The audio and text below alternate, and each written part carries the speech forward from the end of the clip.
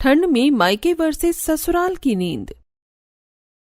माँ, मैंने रसोई समेटकर रात के बर्तन धो दिए हैं और रसोई में पोंछा भी लगा दिया है। सोने जा रही हूँ। गुड नाइट माँ। चंचल अपने कमरे की तरफ कदम बढ़ा रही होती है कि तभी कामिनी जी मुंह बनाकर कहती हैं, ओ महारानी, वहाँ कहाँ जा रही हो? आज तो ऊपर छत पर सोएगी, नीचे हीटर वाले कमरे में नहीं। माँ, कल भी आपने मुझे छत पर भेज दिया था और परसों भी। अगर आज भी मैं छत पर सोऊंगी तो तबीयत खराब हो जाएगी। ऊपर बहुत ठंडी होती है। जब ठंड में परेशानी होती है तो ऐसे काम ही मत किया कर कि मैं तुझे छत पर सोने को मजबूर करूं। आज तूने मेरी इतनी महंगी क्रॉकरी सेट की प्लेट तोड़ दी। अब सेट तो खराब हो गया ना। मैंने जानबूझकर नहीं किया था। धोते समय प्लेट हाथ से छूट गई। मैं नहीं जाती। जा छत पर सो, आज अंदर जगह नहीं मिलेगी। माँ के डर से चुपचाप ऊपर छत पर सोने चली जाती है और खुले में जमीन पर एक चटाई बिछाकर लेट जाती है। छत पर एक चटाई के सिवा कुछ भी नहीं था और कामिनी जी आए दिन चंचल के साथ ऐसा ही करती थी। जब भी चंचल से कोई भी छोटी मोटी गलती होती तो कामिनी उसे छत पर सोने के लिए भेज देती थी। वहीं चंचल ठंडी में तड़प जाती थी। पूरी रात बेचारी चंचल बिना कुछ ओढ़े छत पर ओस से भरे आसमान में सोई थी। रात भर की बहती ठंडी हवाओं और ओस के कारण चंचल सो नहीं पाती और सुबह तक उसकी तबीयत खराब हो जाती है। सुबह ठंडी से राहत मिलने पर जैसे ही चंचल की नींद खुलती है, कामिनी छत पर आ पहुंचती है। अरे ओ महारानी, उठने का समय नहीं हुआ या आराम ही फरमा रही है? माँ, अभी ही सोई हूँ मैं। कुछ देर हुई। रात भर ठंडी में नींद नहीं आई। हट, दूर हट मुझसे और जा जल्दी चाय बना। और सुन, मास्क पहनकर काम करना, वरना तेरी वजह से हमारी तबीयत खराब हो जाएगी। बेचारी चंचल माँ के अत्याचारों के कारण बीमार होने के बावजूद रसोई में जाकर सभी के लिए चाय नाश्ता बनाती है और सभी को चाय नाश्ता करवाकर सबका टिफिन पैक करने लगती है। क्या बनाया है चंचल आज तूने? पापा, गोभी आलू की सब्जी और पराठे हैं टिफिन में, साथ में जीरा राइस। माँ, आपने इस गवार को कहा नहीं कि आज फली की सब्जी बनेगी? ये क्या है, फिर से आलू गोभी बना दिया इसने? पापा, आज ये खा लो, तबीयत ठीक नहीं है मेरी। अरे ओ बहरी, सुनाई नहीं दे रहा? मेरे दोनों बेटे क्या कह रहे हैं? जा जल्दी से दूसरी सब्जी बना। माँ, मैं ये भी सब्जी नहीं खाऊंगा, मुझे पनीर खाना है और बनाकर दो या इस कल मुही से बनवाओ। चंचल के लिए ये रोज का था, हमेशा उसके साथ ऐसा ही होता था। बुखार से तपती आधी नींद में चंचल रसोई में जाकर दोनों भाइयों के लिए उनकी पसंद की सब्जी बनाकर उन्हें पैक करके देती है। अरे ओ चंचल, ये बार बार अपनी सड़ी सी सूरत लेकर हमारे सामने मत आया कर, दिमाग खराब हो जाता है, हमारा दिन ही मनूस हो जाता है। अरे सुनाई नहीं दे रहा है क्या? अभी तक भूत बनकर एक ही जगह खड़ी है, चल जा काम कर। पिता की फटकार सुनकर चंचल रसोई में जाकर फिर से काम में लग जाती है। पुनीत और कामिनी चंचल के सगे माता पिता थे, लेकिन कामिनी के पहले से 2 बेटे थे और उन्हें बेटियों से कुछ खास लगाव नहीं था। लेकिन तीसरा बच्चा उन्हें बेटी हो जाती है, जिसके कारण कामिनी हमेशा उसे कोसा करती और जैसा बचपन से कामिनी के बेटों ने देखा, वो भी चंचल को उसी तरह से ट्रीट करने लगे। ऐसे ही दिन बीत रहे थे। एक दिन कामिनी जी घर पर किटी पार्टी रखती हैं, जहां कामिनी की सहेलियां और पड़ोसन घर आती हैं। चंचल कई दिनों से ढंग से सो नहीं पा रही थी। इसी बीच कामिनी जी उसे काम में लगा देती हैं। किटी में चंचल बीमार होने के बाद भी सभी की खातिरदारी में लगी हुई थी। चंचल मेहमानों को चाय दे रही होती है कि तभी अचानक से चंचल के हाथ से पड़ोसन पर चाय गिर जाती है। अरे चारू, तुम्हारी तो पूरी ड्रेस खराब हो गई। कोई बात नहीं, मैं साफ कर लेती हूँ। वैसे बेटा, तुम्हें बहुत तेज से बुखार है, तुम जाकर आराम करो ना। यहाँ काम क्यों कर रही हो? मुफ्त का खाती है तो क्यों आराम करे भाई? ये बहन तुम्हारी बेटी है चंचल, ऐसी कैसे बात कर रही हो? तभी रजत और निहाल ऑफिस के लिए सूट बूट में बाहर आते हैं। ये क्या बहन, दोनों बेटे सूट बूट में और बेटी की हालत नौकरानी से भी बदतर। ऐसा जुल्म नहीं करना चाहिए। मैंने आप लोगों को यहाँ पार्टी के लिए बुलाया था, जजमेंट देने के लिए नहीं। और बेटियों को जितना दबा कर रखा जाए उतना ही अच्छा है। इनको छूट मिल जाएगी तो नाक से चना चबाना पड़ जाएगा हम जैसे माँ बाप को। आप लोग पार्टी एंजॉय करो, वरना यहाँ डिबेट शुरू हो जाएगी। फिर सारी सहेलियां हंसने लगती हैं। पड़ोसियों और सहेलियों को कामिनी का चंचल के प्रति यह व्यवहार बिल्कुल भी पसंद नहीं आता, लेकिन वो कुछ कह भी नहीं पाती हैं। वहीं चंचल के हाथ से आज पड़ोसन के ऊपर चाय गिर गई थी, जिसके कारण कामिनी फिर से चंचल को छत पर ठंड में सोने भेज देती है और बेचारी चंचल ठंड से अकड़ जाती है। वहीं घर में मॉडर्न रसोई होते हुए भी कामिनी अपनी बेटी को परेशान करने के लिए उससे आए दिन घर के बाहर चूल्हे पर पुराने तरीके से खाना बनवाती और सिलबट्टे पर मसाला पिसवाती।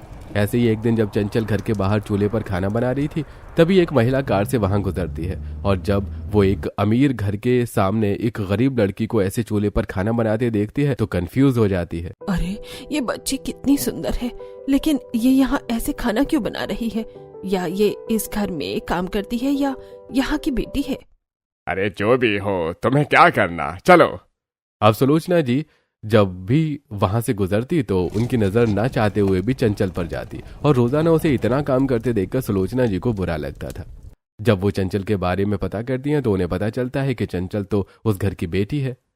अजी उस दिन आपने वो मासूम सी बच्ची देखी थी, कितनी प्यारी और मेहनती है वो। मैं रोज वहां से आते जाते समय उसे देखती हूँ और मैंने उसके बारे में पता भी किया। बहुत सुलझी, समझदार और शांत बच्ची है। हमारा घर अच्छे से संभाल लेगी। मेरे ख्याल से वो हमारे बेटे के लिए परफेक्ट रहेगी। ये बात सुनकर घर में सभी कुछ पल के लिए मौन हो जाते हैं। माँ, ऐसे आप किसी भी लड़की को कैसे पसंद कर सकती हो? हाँ माँ, और वो लड़की तो कितना गरीब जैसे रहती है। काव्या और नव्या, अगर माँ ने किसी को मेरे लिए पसंद किया है तो वो अच्छी ही होगी। मुझे पूरा भरोसा है माँ की पसंद पर। थैंक्स बेटा। ठीक है, हमें भी कोई दिक्कत नहीं है। जिसके बाद सुलोचना जी बात आगे बढ़ाती हैं और कामिनी चंचल के रिश्ते के बारे में सुनते ही हाँ बोल देती है। जिसके बाद दोनों परिवार आपस में मिलते हैं और सुलोचना जी के घर वालों को वाकई चंचल भा जाती है, लेकिन कामिनी जी चंचल की राय पूछे बिना ही उसकी शादी तय कर देती हैं, जिससे चंचल बहुत दुखी हो जाती है।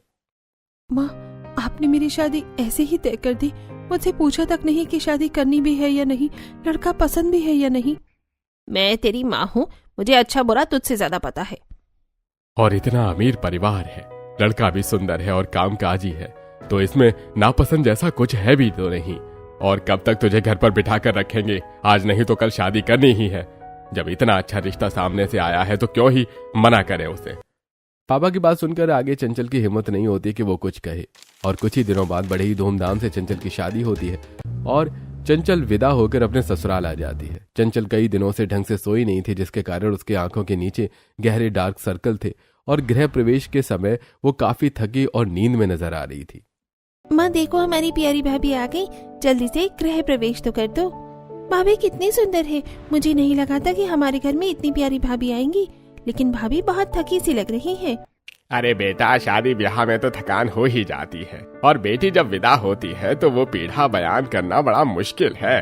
जब तू विदा होगी तब पता चलेगा कि भाभी का ऐसा हाल क्यों है।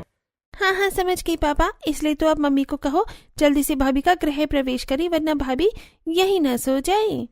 सुलोचना जी बहू की आरती उतारती हैं और चंचल नींद में ही कलश को दाएं पैर से गिराकर कुमकुम की थाल में पैर रखकर घर में आती हैं। मेरे घर की लक्ष्मी आ गई। सभी बहू के आने से बहुत खुश थे, लेकिन बहुत बहुत चिंता में थे।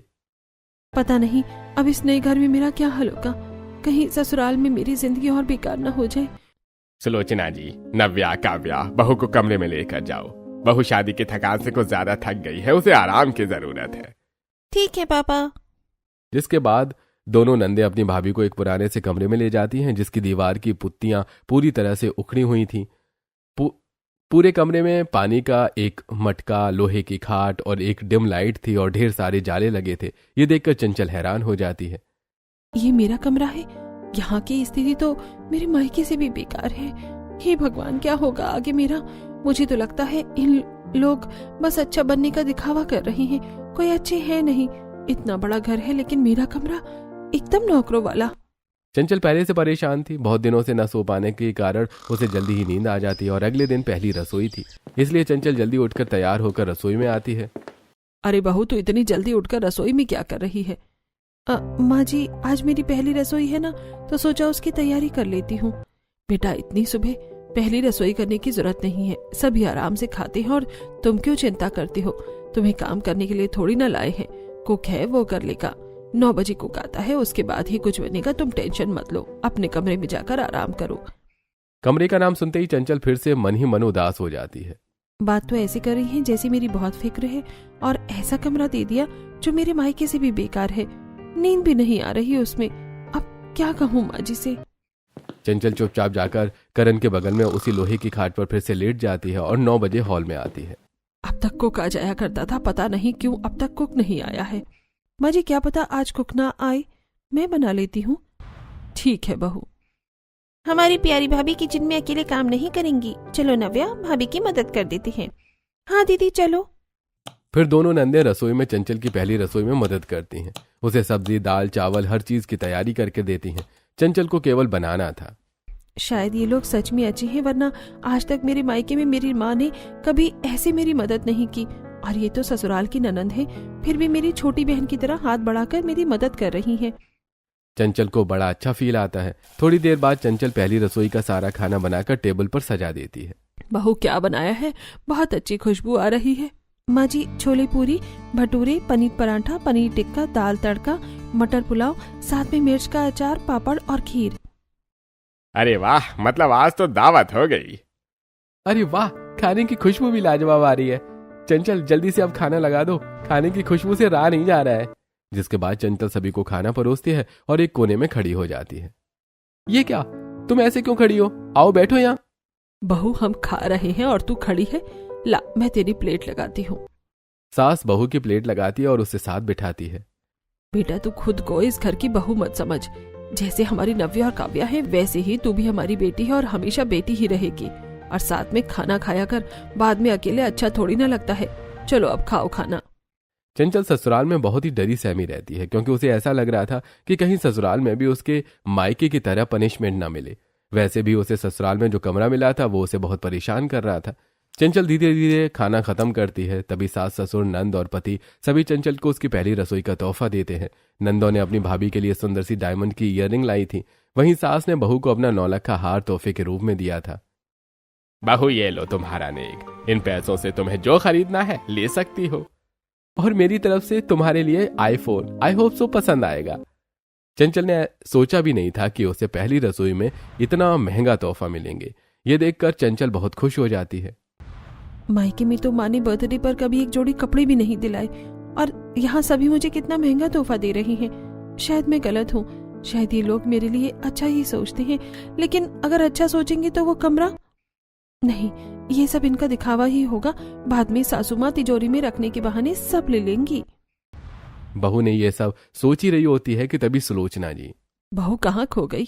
कुछ नहीं माँ जी, बस ऐसे ही। मैं कह रही थी आप ही तिजोरी में रखने वाली हो।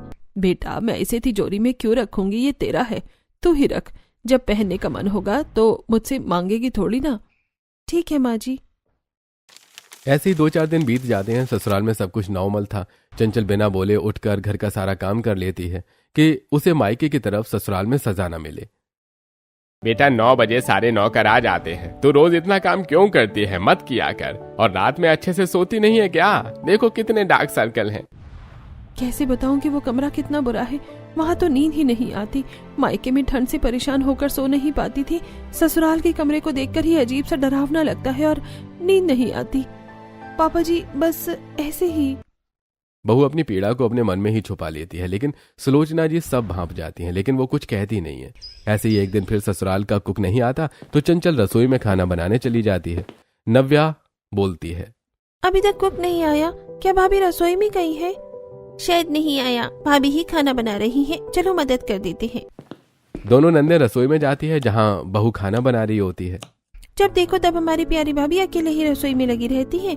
और ये क्या, हाथ से 1 घंटे से सब्जी काट रही हो?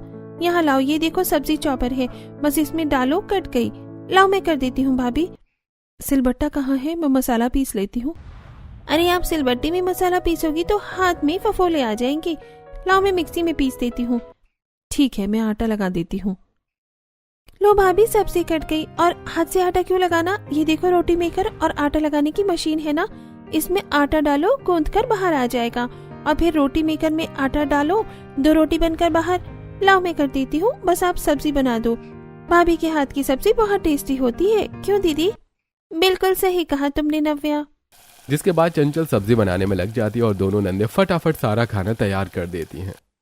सारा खाना तो रेडी हो गया। हाँ आप चलो, आप चलकर रेस्ट कर लो। नंदन जिस तरह से चंचल को मानती और उसकी हेल्प कर रही थी, ये देखकर चंचल की आंख भर आती है और उसे उसके मायके के वो बुरे दिन याद आ जाते हैं। आज तो इस ठंड में बाहर चूल्हे पर ही खाना बनाएगी। और सुन, मिक्सी या रसोई के किसी भी इलेक्ट्रॉनिक सामान का इस्तेमाल नहीं करेगी। तेरी वजह से मेरे बेटे का दिन खराब हुआ। बोला था सुबह सुबह उसके सामने मत आना, अब तेरी सजा यही है। जिसके बाद चंचल रात की भरी सर्दी में बाहर चूल्हे पर खाना बनाती है और सिलबट्टे पर ही मसाला पीसती है, जिससे उसके हाथ में बड़े बड़े फफोले आ जाते हैं। माँ, हाथ बहुत दर्द हो रहा है, बहुत छाले आ गए हैं। मैं कुछ नहीं जानती, बर्तन धोए बिना सोएगी नहीं तू, और आज कमरे में दिखाई मत देना, ऊपर छत पर ही सोएगी तू, यही तेरी सजा है। जिसके बाद चंचल सारा काम करके हाथों का दर्द, आंखों में थकान लिए सारी सर्द में छत पर लेट जाती है। पूरी रात ठंड में कांपते हुए चंचल सोने की कोशिश करती है और ठंडी से बीमार पड़ जाती है। क्या सोचने लग जाती हो भाभी? कुछ नहीं ननन जी। ऐसे ही दिन बीतते हैं। एक दिन जब बहू घर का सारा काम निपटा कर अपने कमरे में जा रही थी। बहू वहाँ का जा रही है?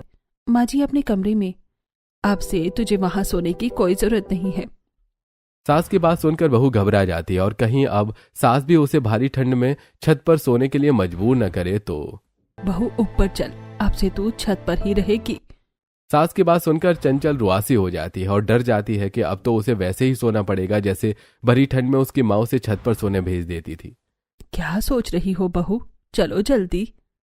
सुलोचना बहू का हाथ पकड़कर सीढ़ियां चढ़ाने लगती है। वहीं बहू बहुत ही ज्यादा घबराई हुई थी कि अब उसका क्या होगा। तभी सुलोचना जी बहू को छत पर बने एक आलीशान से कमरे में ले जाती हैं।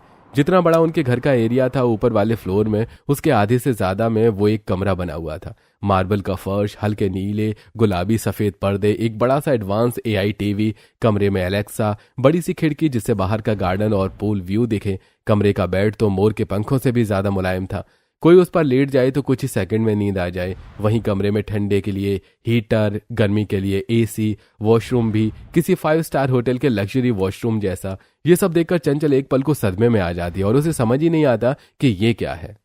बहू क्या हुआ, कहाँ खो गई? ये तेरा और करण का कमरा है। माफ करना बेटा, तुझे इतने दिन हमारी वजह से उस बेकार से स्टोर रूम में रहना पड़ा, लेकिन हम तुझे सरप्राइज देना चाहते थे। शादी के पहले ही हमने तेरे और करण के लिए करण का पुराना कमरा तोड़वा कर ये बड़ा और मॉडर्न लग्जरी वाइब वाला कमरा बनवाने की सोची थी, और इसमें इतना काम था कि शादी तक रेडी ही नहीं हो पाया। तो हमने सोचा कुछ दिन बहू को परेशान करने जैसा सरप्राइज दिया जाए। मम्मा, भाभी सरप्राइज कम शॉक्ड ज्यादा लग रही है। बहू पूरा कमरा देखकर हैरान थी। उसे यकीन ही नहीं था कि ये उसका कमरा है। थैंक यू सो मच माँ जी, मैंने कभी नहीं सोचा था कि आप लोग मेरे लिए इतना सोचते हो। मुझे तो लगता था कि यहाँ भी मेरी वैसे ही नींद हराम रहेगी जैसे मायके में रहती है। जिसके बाद चंचल ससुराल वालों को सारी बात बताती है कि कैसे उसकी माँ उसे हर छोटी गलती पर कड़ी पनिशमेंट देती और रात रात भर उसे भरी ठंड में बिना बिस्तर के छत पर फर्श पर खुले आसमान में सोने पर मजबूर करती। बहू का दुख सुनकर सास नंद की आंखें भर आती हैं। बेटा, आपसे तुझे किसी भी प्रकार की टेंशन लेने की जरूरत नहीं है, तेरी माँ अब भी जिंदा है। आज चंचल बहुत सिक्योर महसूस कर रही थी। भाभी, अब आप आराम से अपने इस लग्जरी कमरे में चिल करो, टेक अ स्लीप। हमें अपनी प्यारी भाभी की आंखों के नीचे डार्क सर्कल्स बिल्कुल भी पसंद नहीं है। जिसके बाद चंचल अपने कमरे में सो जाती है और सुबह से शाम कब हो जाती है उसे पता ही नहीं चलता। ओह शिट, मैं इतनी देर से सो रही हूँ, पता ही नहीं। उठ गई हमारी प्रिंसेस। अजी माफ करना, कैसे नींद लग गई पता ही नहीं चला। अभी तो बहुत काम पेंडिंग होगा। कोई बात नहीं, तुम आराम करो और काम की टेंशन मत लो। नौकर है ना, मैंने तुम्हारे लिए स्नैक्स मंगवा दिए हैं, वो खा लो और फ्रेश हो जाओ। थोड़ी देर में नौकर चंचल के लिए स्नैक्स और इवनिंग टी लेकर आते हैं। चंचल खाकर नहाने चली जाती है। उसके बाद बाथरूम में गीजर लगा हुआ था, वो गर्म पानी से अच्छे से शावर लेती है। बहुत दिन बाद आज अच्छे से चंचल की नींद पूरी हुई थी और उसे बहुत अच्छा फील हो रहा था। ये कमरा तो एकदम परियों जैसा कमरा है। ऐसा लगता है कि मैं इस घर की क्वीन विक्टोरिया हूँ। इतनी सारी फैसिलिटीज हैं इस कमरे में। बहू नहाकर तैयार हो जाती है कि तभी दोनों नंद कमरे में आती हैं। भाभी, इतने दिन हो गए, आप अभी भी ये इतना भारी भरकम साड़ी पहनते हो। चलो आज हम आपको शॉपिंग करवाते हैं। जिसके बाद दोनों नंदे और करण चंचल को शॉपिंग ले जाते हैं, जहां चंचल को वो ढेर सारी मॉडर्न इंडो वेस्टर्न सुंदर सुंदर ड्रेसेस दिलाते हैं। साथ में बहू के लिए अच्छे ब्रांडेड मेकअप प्रोडक्ट भी खरीदते हैं। और जब बाहर जाने लगते हैं तो भैया, एक चीज तो हम भूल गए। देखो भाभी की आंखों के नीचे कितने डार्क सर्कल्स हैं। इस मॉल में एक बहुत अच्छी शॉप है जहाँ डार्क सर्कल को हटाने की क्रीम मिलती है। रिजल्ट भी 7 दिन के अंदर आ जाता है। अरे फिर लेके आते हैं, फिर फूड जंक्शन जाकर कुछ बढ़िया सा खाएंगे। नंदे बहू को डार्क सर्कल की क्रीम दिलाती हैं। फिर सभी बाहर ही बढ़िया सा डिनर करते हैं और घर जाते हैं। घर जाते ही नौकरों ने पहले से ही कमरे को हीटर चला दिया था, इसलिए बहू को कमरा गर्म मिलता है। जैसे ही चंचल बिस्तर पर लेटती है उसे नींद आ जाती है। अगली सुबह हमारा कमरा छत पर है, लेकिन यहाँ जरा भी ठंड नहीं लगती, ये कैसे? अरे मैडम जी, क्योंकि इस कमरे में इनबिल्ट हीटर लगा है और वो रूम टेम्परेचर पर सेट है ताकि आप आराम से सो सको। वाह, ये तो काफी अच्छा है। ससुराल में सभी बहू की बहुत केयर करते हैं।